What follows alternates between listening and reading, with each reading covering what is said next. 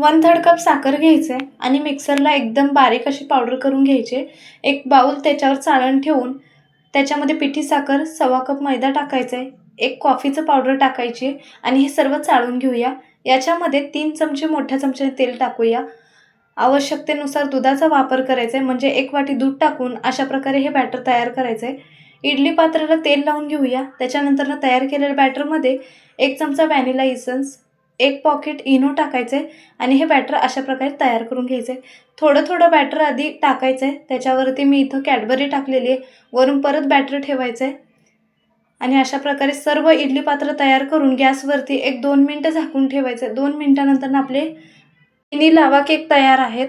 याच्यासाठी सोप्या पद्धतीने मी इथं गणाश दाखवलेला आहे कॅडबरीपासून। साहित्य खाली डिस्क्रिप्शन बॉक्समध्ये देते, फुल व्हिडिओ माझ्या चॅनलवरती मिळेल। व्हिडिओ कसा वाटला ते नक्की सांगा। व्हिडिओ पाहिल्याबद्दल धन्यवाद।